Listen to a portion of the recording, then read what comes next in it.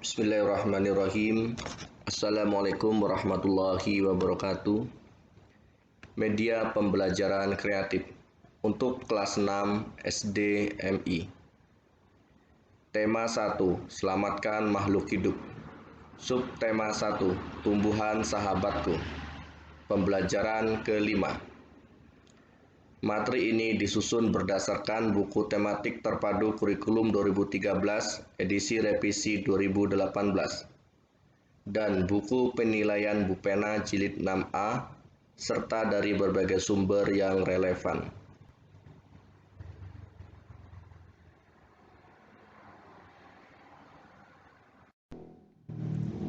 Pemanfaatan kondisi geografis di Asia Tenggara. Setiap negara di Asia Tenggara memiliki kondisi geografis yang beragam. Keberagaman kondisi geografis tersebut dimanfaatkan oleh masyarakat sekitar untuk berbagai aktivitas. 1. Indonesia. Wilayah terdiri atas kepulauan, sebagian besar perairan, sehingga Indonesia disebut negara maritim. Pertanian menghasilkan sayur dan padi. Perkebunan menghasilkan karet. Perhutanan menghasilkan rotan dan kayu. Perairan menghasilkan ikan, rumput laut, dan garam. Pantai dimanfaatkan sebagai tempat wisata. Sumber daya alam hasil tambang seperti batu bara, minyak bumi, gas alam sebagai sumber energi. 2. Malaysia.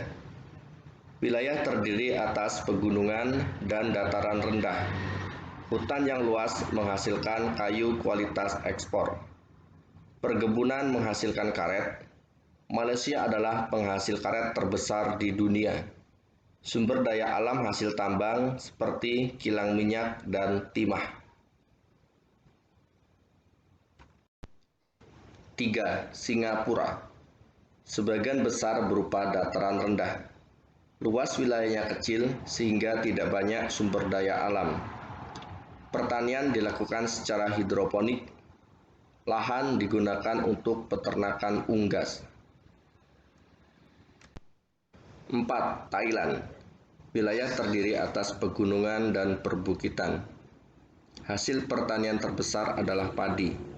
Thailand dijuluki sebagai lumbung padi utama di ASEAN. Wilayah perairan menghasilkan perikanan.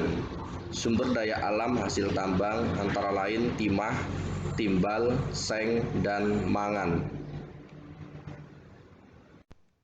5. Filipina. Wilayah terdiri atas pegunungan dan dataran rendah. Hasil pertanian antara lain jagung, padi, ketela pohon, tebu, dan tembakau. Hasil perkebunan antara lain karet, kelapa, dan kayu. Sumber daya alam hasil tambang antara lain emas. 6. Laos. Wilayah dikelilingi dataran rendah dan Laos tidak memiliki batas laut. Pertanian menghasilkan padi, jagung, dan tembakau. Perairan dari sungai menghasilkan ikan karper dan ikan pers.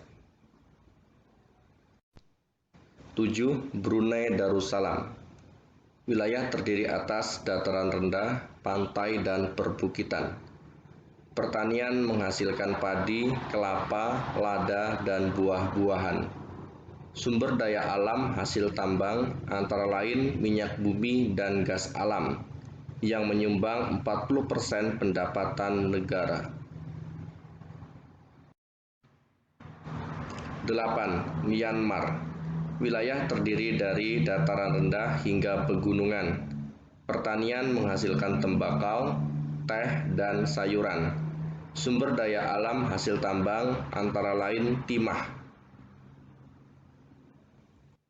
9. Vietnam. Wilayah terdiri dari bukit, gunung, hutan lebat, dan dataran rendah. Pertanian menghasilkan buah, sayuran, jagung, ubi jalar, dan kopi. Hutan menghasilkan kayu jati dan rotan. 10. Kamboja. Wilayah terdiri dari dataran rendah dan dataran tinggi. Perikanan menghasilkan ikan tawar. Kamboja penghasil ikan tawar utama di ASEAN. Pertanian menghasilkan padi, umbi-umbian, jagung, dan buncis. Perkebunan menghasilkan tembakau dan karet.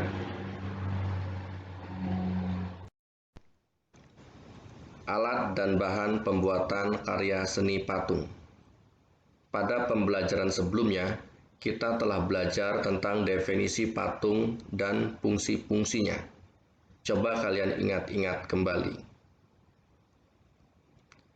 Dalam membuat patung, kita membutuhkan alat dan bahan yang sesuai. Alat yang biasa digunakan untuk membuat patung antara lain adalah busir, cetakan, meja putar, palu dan pahat, serta amplas. Bahan pembuatan karya seni patung. Bahan-bahan untuk membuat patung dikelompokkan menjadi bahan lunak dan bahan keras. 1.